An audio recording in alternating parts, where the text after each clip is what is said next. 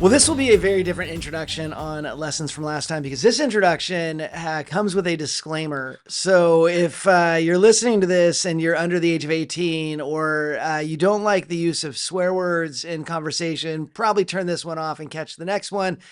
We just don't know what's about to happen. So please welcome Katy Parsons. It's like you know me. It was so funny. I had Katy on. She came out to speak to a bunch of our compliance officer friends, and she was speaking on behalf of like as a high producing loan originator. How can you get to me? Like, how do you get me to take the training you want me to take and to be compliant, all that? And so I gave the same disclaimer to that session. And then he left. I did. I got on a plane. That was a story you were going to share a Yeah. little bit So later. I made sure to take a selfie with you, and then I posted it and tagged you right when I thought the plane was taking off, and said like, that you're a very brave man because there were no rules. You just I know. said, Be you. "Be you. Say what you're thinking." I was like, "Oh." I believe that's the first time we've had a parental consent sticker attached to one of our. I feel good about that. I feel kind of Yeah. special. I feel seen. Be you is a consistent theme of your life based on our very brief phone conversation. So I'm excited to dig into this one because just being you just totally earmarks your life. Yeah, and I'm excited for this because you're different than anybody I know. Like you have this fire in you that's just this you care about what's right, you care about doing things the right way, you care about being good at your job, you care about so many things, but you're vocal. Like you actually don't care much for like, okay, if somebody doesn't like me, I guess that's on them. Yeah, I care a lot about compliance, but then I just will also say whatever the fuck I'm thinking. Right. I mean, not to clients, but I'm very careful about following the rules when they matter. And then I also can be a human and have whatever my opinion is. Have you always been that way? Like, was there a time in your life that shifted, or have you always just been truly Katy? I was a very, very sweet little kid. Like I was as sweet as they come. And there wasn't like a moment that it shifted, but apple doesn't fall far from the tree. I mean, this is the path that my family has walked. Is it really? So this is like a long line of that style? Yeah. Yeah. Even my grandmother, who lived to almost 104, was the one causing trouble in the retirement facility, but not really causing trouble, just kind of getting people, riled up a little. Yeah, and having a good time and keeping it entertaining. So it's not just your parents. This is generational. Yeah. This is the candor runs deep in your family. This is the burden I carry. Yeah. Do you remember? And I'm fascinated about this because I had the same type of grandma. But do you remember back? Was she alive while you were growing up? She lived to 104. She did? Well, almost 103.75. Wow. So you kind of looked up to her. Yeah. Well, down because she was short. But yeah. Yeah. No, she just passed away like 2 years ago. No way. Or something. I'm terrible with timelines. That's the thing I'm worst at. So it could have been a decade. It wasn't that long ago. Wow. Well, yeah. Were you growing up like in high school? What was your kind of, who'd you hang out with in high school? Everyone. Okay. I didn't fall into any of the cliques on purpose, and I was friends with everyone, and I still am. I mean, I have a wide variety of I collect friends like you do. Mm-hmm. So when I was listening to you say that in the podcast the other day, I was like, oh, I get that. It's not it's not in a weird, creepy, shallow way. It's just that when I build relationships, expect them to go on. Mm-hmm. Maybe I don't see you all the time. Maybe I haven't seen you in a while, but I expect them to, go on. Same thing with clients. It's funny when people call in and David will walk back and be like, hey, you have one of your friends on the phone? And I'm like, all right, cool. That's a list. So, but everybody much at this point as far as defining who it is. But I believe in treating everybody with respect and with love and just being a kind human. And I love meeting people. And so, yes, everybody's my friend because I've never met somebody I didn't want to be friends with. I have. Well, I should probably take that back. Maybe there's been a couple, but that's just always been who you are. Were you good at school? Yeah. Just skated through? I mean, I had to put some effort in, but yeah, I was good at school. I liked math. So even though this, I would say being in mortgages is really more knowing compliance than knowing math, honestly. But it's a comfort. It's a comfortable spot for me. Mm-hmm. So when I do a pre-approval and I give my clients estimated payments, I spend too much time doing it, and there are lots of guesses factored in. I don't know what your property taxes are. I don't know what your insurance is, but those guesses end up being pretty accurate in the end. Mm-hmm. They're a little high on purpose. I'd rather So the guess high. surprise is in the good way. Yeah, I'd rather be honest and get repeat business than Mm-hmm. be a dick and turn and burn. I'm not a turn and burn. So foundation story is really important to us on this podcast. And you talked about getting in the business in 2012, but let's go back before that. You talked about being a small business owner. Mm-hmm. What led from being who you were in high school, getting solid grades, having an affinity for math, take us past high school into finding your way into owning a small business? I went to college, didn't finish college because I had an opportunity to buy a business and I took it. So it was just, and there was a lot of visual stuff involved with owning small businesses on Northwest 23rd. So because lots of window displays, I'm super visual. So I knocked the displays out of the park, and that was always fun for me. My goal every Christmas was to get random people walking by to stop and start caroling at the windows. Like to feel so Christmassy that they just would stop and randomly start singing Christmas carols at the beginning of the Christmas season. Like the first time that happened, I was like, oh, okay, like we got something here. Let's do this every year. So you made displays in windows?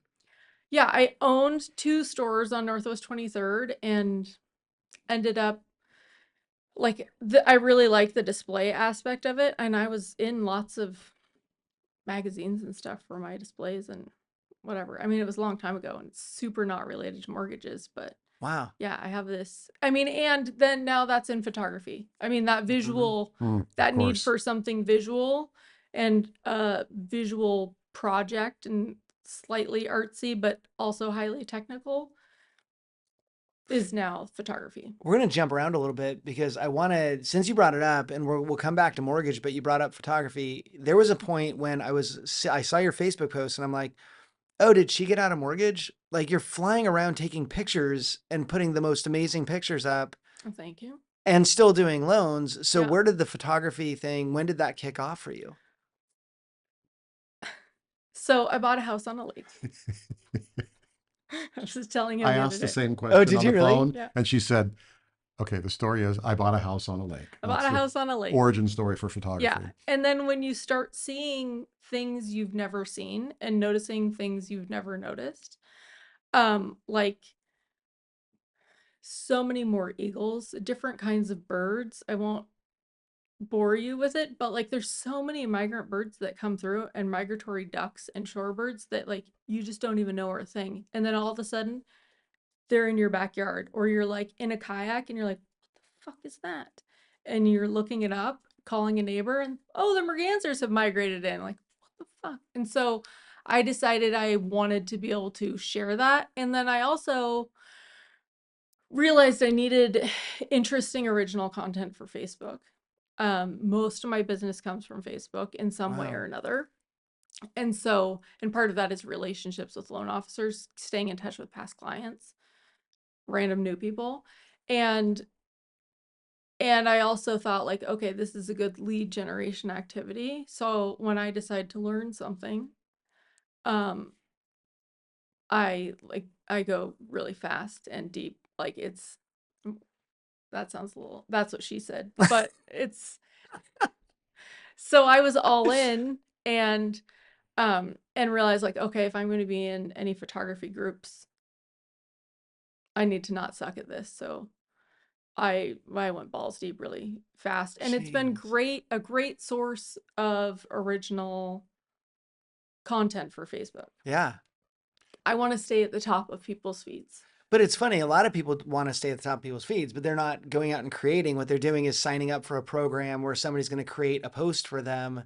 And what you never saw that as an option. You're like, I'm going to be authentic or I'm not going to do this at all, right? Yeah. So it's easy to get to know the real me through my Facebook page. Mm-hmm. And also like it started as a lead generation thing, but I obviously have a passion for it. I mean, it kind of ballooned, but like I didn't go that far into something. What I love about this story is I bought a house on a lake and I got exposed to wildlife that I'd never seen before. And I Yeah. like photography, so I started taking pictures. I But I didn't even wanted, like photography. well, okay. I like Well, photography now a lot. you took up photography to Yeah. capture some of these crazy things you were seeing that you'd never seen before, and you got really good at it. And I'm guessing you didn't directly connect. I'm going to take pictures of these critters immediately, and they're going to be a great social media No, that was the plan. from the get-go. Yes. Wow, that's incredible. But then it turns out it's also my escape from work. Mm. So one thing that was really interesting about the Northern Lights, which did you see them? Yeah. So one thing that was really interesting, I mean, the picture I showed you was lame, but that was from my house when I got home. That was between 2 and 3 in the morning, and those were over your house. That picture wasn't lame because that's how Camas always looks, with just the beautiful well, lights over Camas. yeah. And that's, Well, yeah. And the angel singing. Yeah, definitely. And the property taxes, but it goes to good schools. So I have no idea what the hell I was talking about. What The were- 2 and 3 in the morning Oh, pictures of the Northern Lights. No, before that. Oh, so that with the Northern Lights, one thing that was really interesting is everyone stopped everything else Mhm. and went and focused on what was happening for a couple hours. Not everyone, but almost everyone. And that is exactly part of what really sucked me into photography. Like I love being a loan officer, like maybe too much, and I think about it all the time because I can't turn my brain off. But when there's something in front of me that I'm photographing, I'm not thinking about work. So it's a nice break for a couple hours. And it was interesting to watch everyone go through that because Mhm. my whole Facebook feed was Northern Lights photos of varying qualities, but everyone was so excited because everyone stopped thinking about bullshit for a few hours and just focused on what was happening. What I love about what you did is you took this photography thing that you later developed a love for, and the mortgage biz, which you had a love for, and you married two things that you liked to do. Yeah. And that's something some people sometimes miss. I like being a loan officer, but boy, it's really hard right now. And what can I do? And you took this thing that maybe could have been obvious, but wasn't necessarily obvious, and said, I can use this talent, later passion I have for photography, and turn it into a tool for which to drive more content on my social media sites, Yeah. therefore more business into my. Well, and honestly, if I didn't stop and take breaks or escape for a weekend, and I still work when I'm on these trips, it's just like you have to wait 2 hours for your pre-approval letter. Just chill out. And I warn my clients, so Mhm. nobody's surprised. But it keeps me from getting burnout. It keeps me from thinking about work every waking hour and just burning out because it forces me to stop. So, especially like I just went through and did all the pink as fuck photos of the cherry blossoms. I'm out there every day. It doesn't last very long, Mhm. but the cherry blossoms only look amazing for a week or less, depending on the weather. And so I'm out there every morning and every evening. I mean, this year I didn't enter the park at all because it's closed. But, part of it was like out there, like, oh, does this security guard like photography or want me to die? So it was like a little bit of a gamble Uh-huh. every time I was in the park this year, but whatever. Wow. It was still, I was like, no, this is my break from work. Fuck off. I'm doing it. Well, and it sounds like it's about the experience for people that you're creating. Because when you talk about the Northern Lights, you're like, for a moment, we all get to stop and see something beautiful. And so Yeah. part of it for you sounds like, just like in mortgages, it sounds like you really want people to have a great experience. And so part of that is like, I just created this for you. Yeah. Well, it has to be interesting. Mm-hmm. I mean, otherwise it's original content for Facebook that sucks. Mm-hmm. Do you get bored easily? I could. I not right now because between work, photography, and a toddler. Yeah, you keep yourself busy. Yeah. When am I going to get bored? Yeah. Now, when I'm sleeping? No, that's because he wakes up. Yeah. For a while, I found these real estate signs in a realtor store, and they said, "I'm beautiful." One said, "I'm gorgeous" inside, like the sign hangers. And I used to carry my "I'm beautiful" sign through airports, and I would just hold it up and walk around like it wasn't a thing.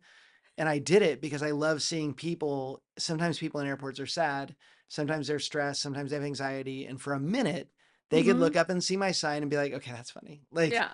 and I would always love the tap where two people walking, and be like, look at that, look at the guy has a sign that says I'm beautiful.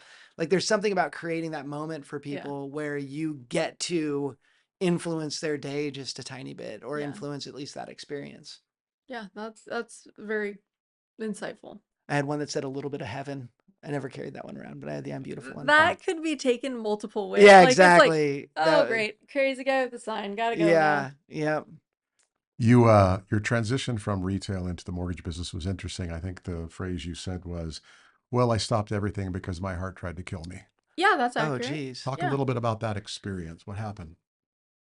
So 10 to 15% of adults, well, so my blood pressure was really high and my heart was enlarged. Hmm. So we had to spend years shrinking my heart back down, and it was really fun. Like, I don't know if you've ever taken a ton of blood pressure meds, but it's so fun because you feel like shit all the time. So I kind of stopped everything and then got tricked into coming into the mortgage business when I was ready Because there's to. no stress here.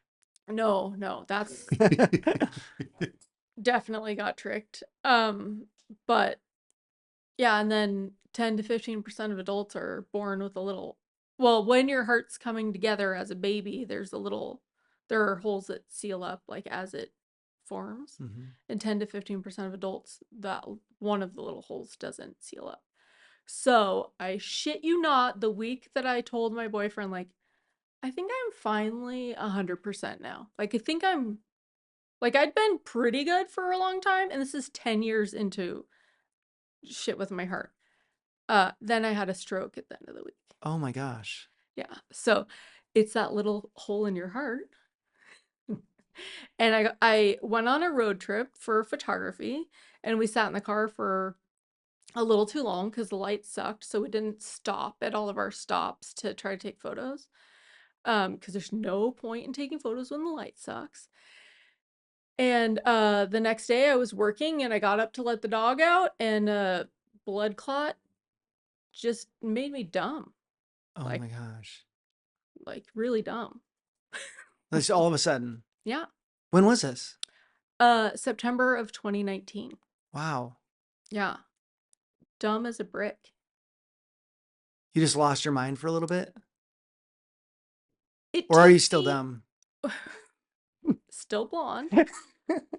It So I of course didn't stop working, but it would take me 5 or 6 minutes to reply to a text. Wow. Each one, every fucking time.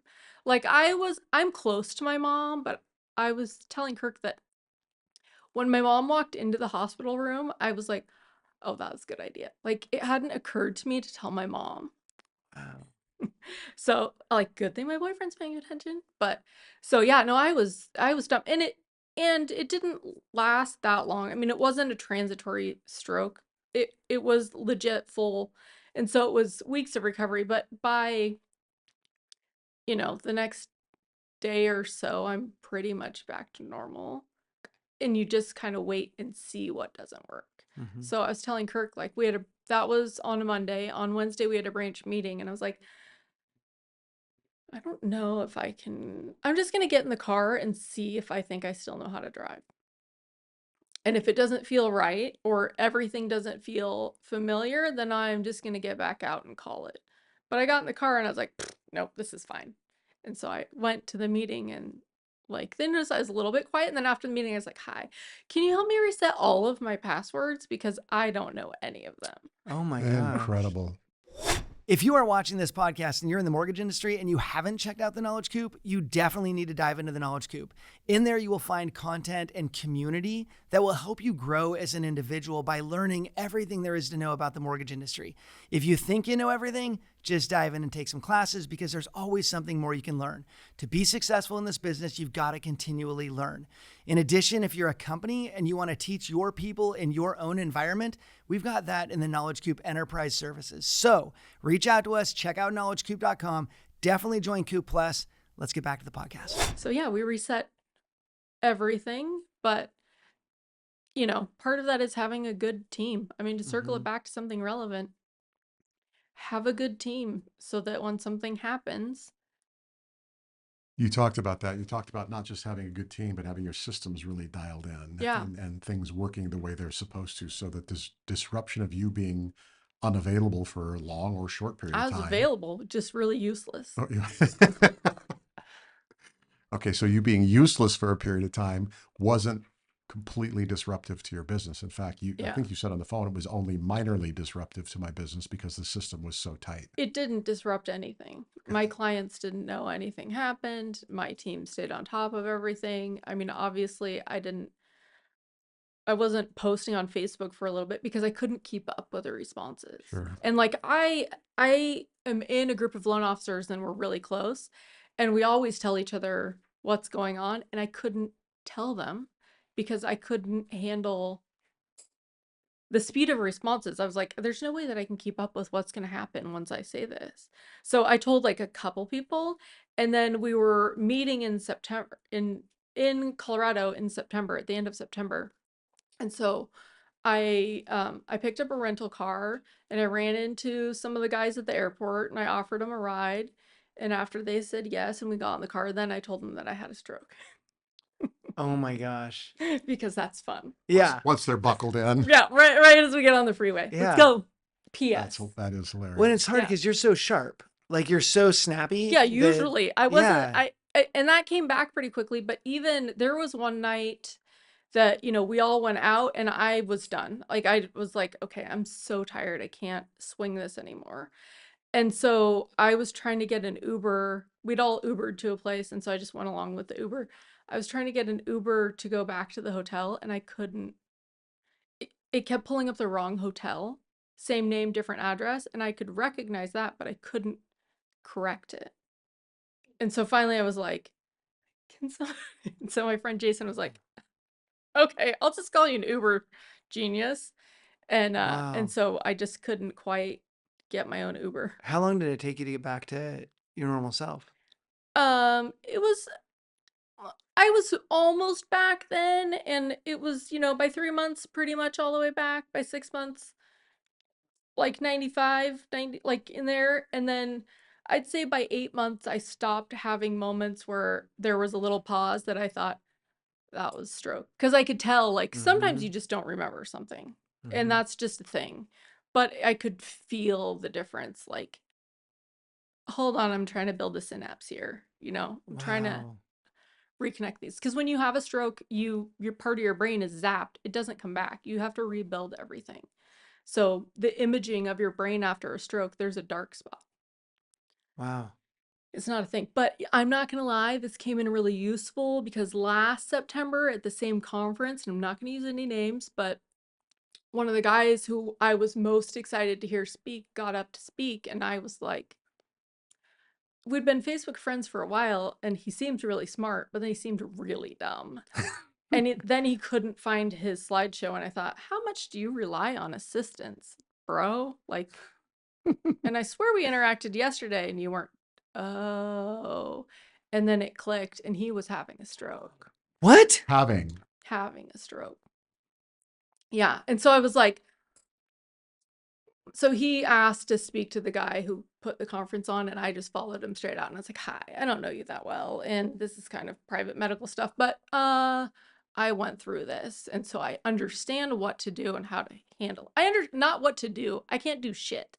I understand what to say when we get to the hospital so that they listen and deal with this.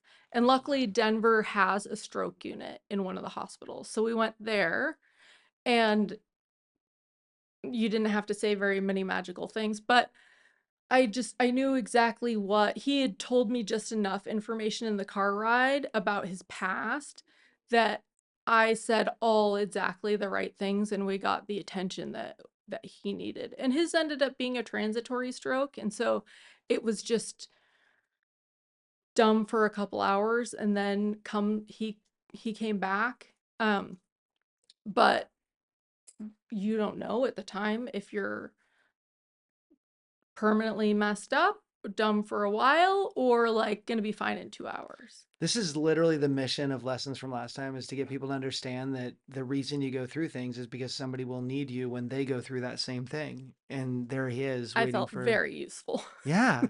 Well, it's beautiful because Lessons from Last Time began candidly as what did we learn in '08 that we can apply in Yeah. the current crappy market, and then very quickly, by its own organic nature, just Mhm. evolved into what is life teaching you that's helped you do Mhm. life better. And this is just an incredible story of Yeah. exactly that. That's a Do you great stay in point. touch? Yeah, I mean, he's a loan officer. Oh, okay. So, yeah, but he's also a little bit quiet. So it's Mhm. not like chit chatty, but yeah, there was some bonding. That is amazing. Yeah, that's That you incredible. just identified it and went, been there. I'm Yeah, gonna I go was grab like, this guy. oh, you're not actually dumb. Okay, let's go. Like, I would thought, like, what? Like, I'm disappointed. Oh, shit ain't right. What are the other signs of, besides just feeling like you can't remember anything? Because Kirk and I go through that constantly. Well, so the thing is, like, How'd you have to include me in that? they talk about the symptoms of a stroke on the news, on the Isn't there like a whatever, on the toast or whatever. something like flavor in your Yeah, mouth or some something? shit, and it's like right side, blah blah blah. It was none of that for me, and it was none of that for him. It was just he couldn't use his computer. But with a strong military background, he was going to fucking power through this presentation. He'd only called in sick to work once ever in his life. Wow. And then it was like, okay, no. And so part of that helped him telling me that helped me explain at the hospital what was going on.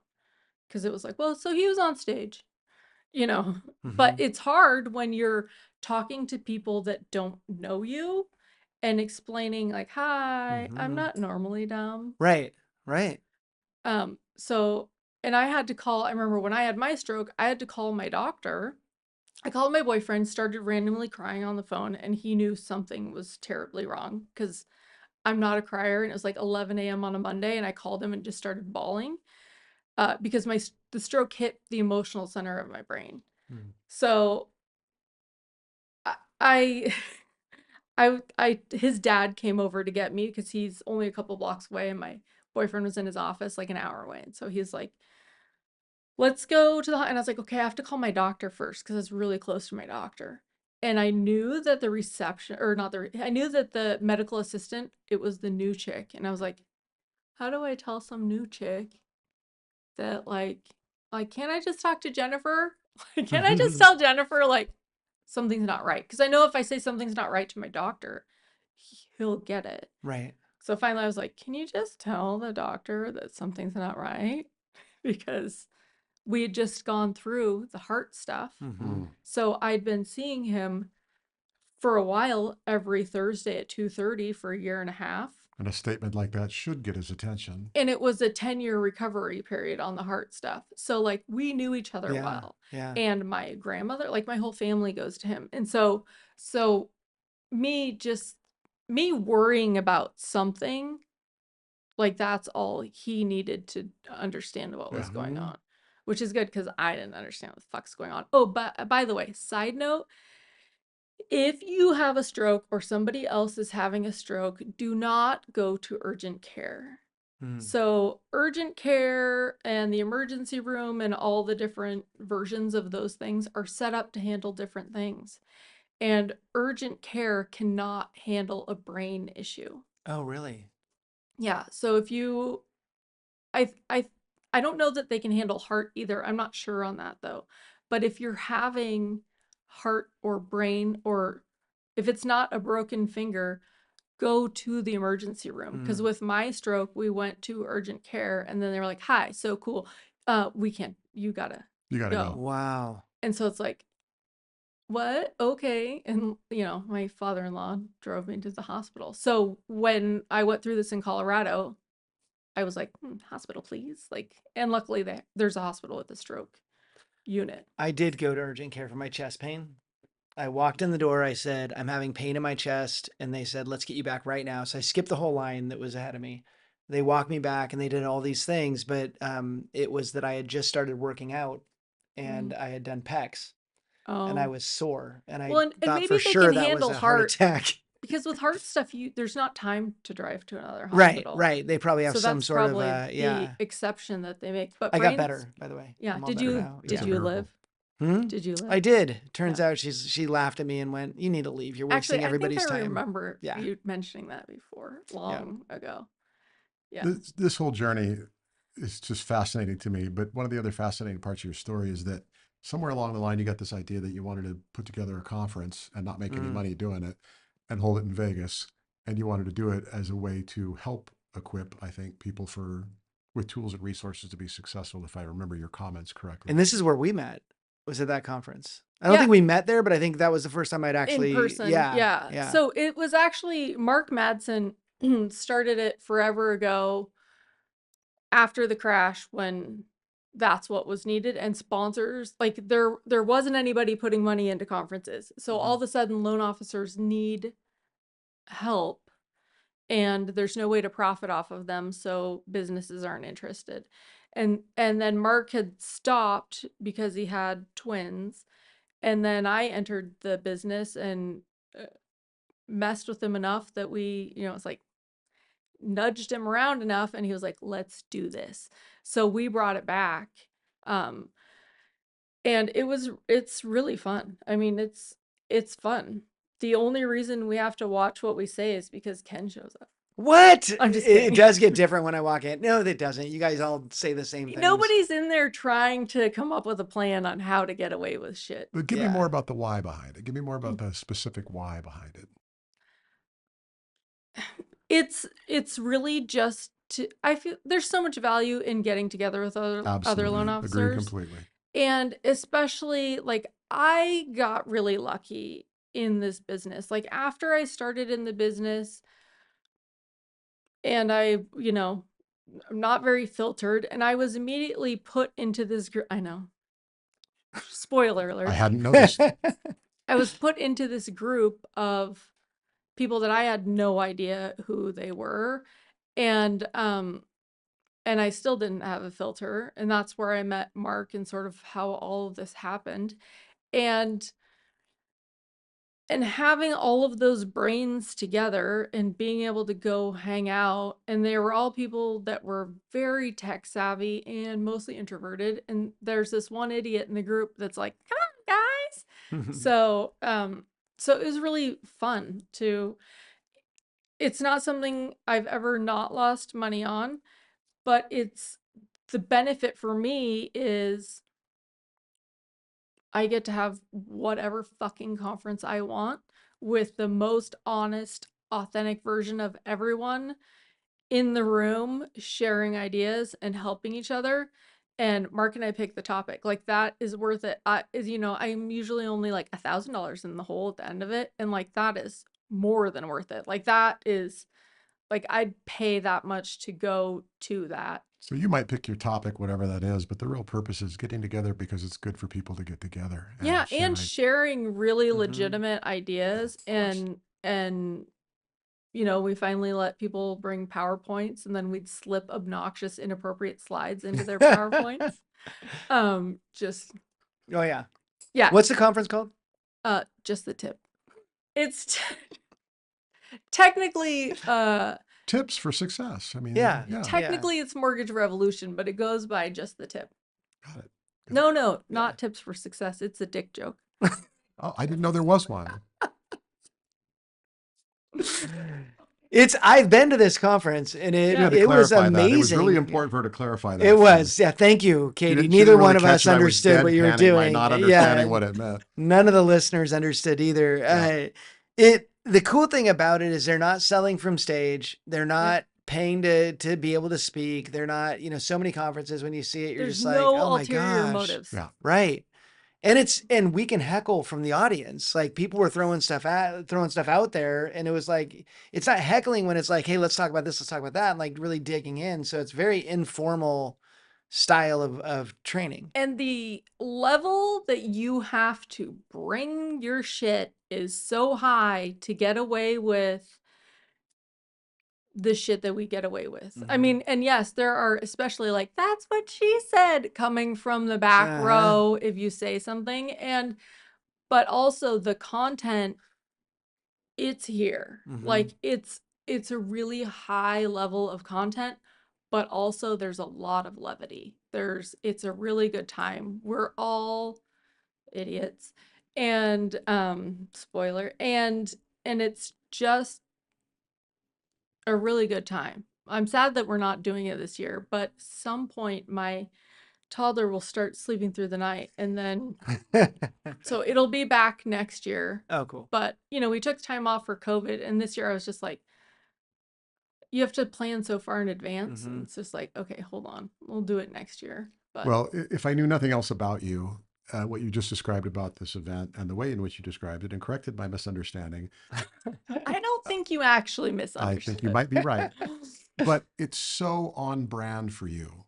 From the little I know about you, I want to read something I wrote down when we were talking on the phone, and I think this is a direct quote. I was writing as fast as I could. Be who you are and try to avoid the politics of the business. I'm going to just be who I am. And if there's anything that characterizes this conversation with you today, it's I'm cool with that. And I'm cool if you don't like that. Doesn't make you a bad person if you don't like that. I'm just going to be me because I don't want to be filtered. I don't want to be constrained by some political definition of what I'm supposed to do at a conference or not do at a conference. And I think that's my big takeaway is you've gotten really good at just being who you are. Yeah, it's true. And it's the only time it ever makes things awkward is when people ask me a question about how I'm treated differently as a woman in the industry. I'm like, I'm not.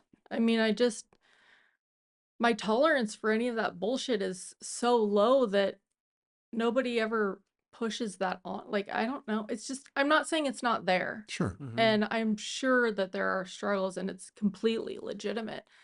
But it's just been so far off my radar. And so that's the only time that it's like when someone interviews me and I'm like, I got nothing. Like, I either like somebody or I don't like somebody. If somebody's a dick, I don't care.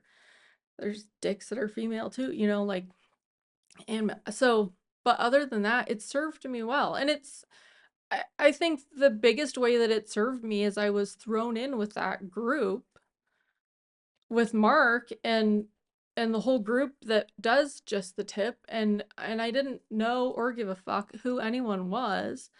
And then I slowly figured out who people were, which was awkward. And the fact that I don't care who they are, it's a much more legitimate relationship. And I do that with photographers too. Like, I still haven't told this one photographer that I know exactly who he is. I bought a course from him. But then I ran into him once and I pretended I had no idea who he is. And he was with a guy that I knew, and I was like, oh, nice to meet you. And I played dumb. And the conversation that I had with him was 100 times better than my two friends who were like, do you know who that is? This Oh, is wow. amazing. And then they introduced themselves and he had a canned response. And I just talked to him like I didn't fucking care because I don't. And I have a really good relationship with him now, and it's just a different And not caring approach. doesn't mean you don't appreciate or respect or even Oh, admire oh yeah, somebody's talent or skill or totally, art or whatever. It's just that totally. you're not going to It's just that there's still just another person with skin over skeleton. yeah, and maybe their person is doing really cool shit. I'm not gonna tell Ken that, but like I can totally respect and admire what Yeah. somebody does, but they're still just, it's not like a unicorn. Well, be who you are is woven through everything. It's buying a house on a lake and seeing all these cool animals and then deciding I'm going to use photography to help grow my business by providing original content and then being better at my business because I'm providing original content and I love my business. And also I'm going to do pretty much everything I do because that's just who I am and I'm just going to be me. And that is a powerful, comprehensive lesson from last time. And can I just say, because I know you are research king, that being in mortgage, all you do is get better at researching. So when you're talking about all of that, I'm thinking about like, yeah, I'm going to go on this hummingbird trip again this year. And last year, I didn't ever figure out how to say it in a Facebook post, but I basically pre-underwrote the shit out of that trip before I went. Everything had been verified as if it were a loan file. Wow. And my loan files are perfect when they're submitted, and so was that trip. And that's why we found like 14 kinds of hummingbirds or something like that in just a couple days. And so all of this feeds into all of the rest of it, and the research aspect, which is super important. I mean, you know too, but I heard you interviewing him and he was nerding out about it. I do love research. Yeah, and I'm sitting right here. it's well, you were prompting him and he's like, research. And so I feel like it's made me also better at doing the research for figuring out the photography, which helps me, you know, blah, blah, blah, blah, blah. So it's even more full circle than it full circle-y appears to be. It's just great stuff. I think people will be fascinated by this conversation. I'm guessing that, well, who knows who's going to watch this? Well, maybe not. Oh, I'm pretty sure so. And if somebody wanted to get a hold of you, how might they go about doing that? Facebook is a good spot because I actually pay attention. I'm on Instagram also, although I'm terrible at paying attention to the Instagram messages. Or my email is katie@findtheadvantage.com. So I work There's some with, ways, and we'll post those up on the screen after we're done. Yeah. I work done with this. some good dorks that you've had on the show. Amazing people over there. Yeah, We've had, I it's think, such a at good- least 2 people from that. We had Derek and we had Mark. Who else do we have? Devin wrote. Devin Rowan Oh, Devin- wasn't, oh, wasn't when there we at the interviewed time, him. but he is now. That happened He is now, afterwards. yeah. Wow. Well, this podcast brought to you by Advantage Mortgage. Just kidding. Well, we have one more question for And you. now for our sponsor. Yeah, totally. We have one more question for you that we ask all of our guests. Okay. If you were to go back to 10-year-old Katie, you find her and you're able to walk up and give her one piece of advice, what would that piece of advice be? Probably just to get more comfortable sooner. I mean, I feel like it was a slow, you know, kind of coming into my own. And I don't think I was ever shy, but I also know I was, you know, there's some breaking point that pushes you out sooner. I can't pinpoint it, but just to go with it. That's all I got. I love it. Yep, I do too. Super awesome. Yep.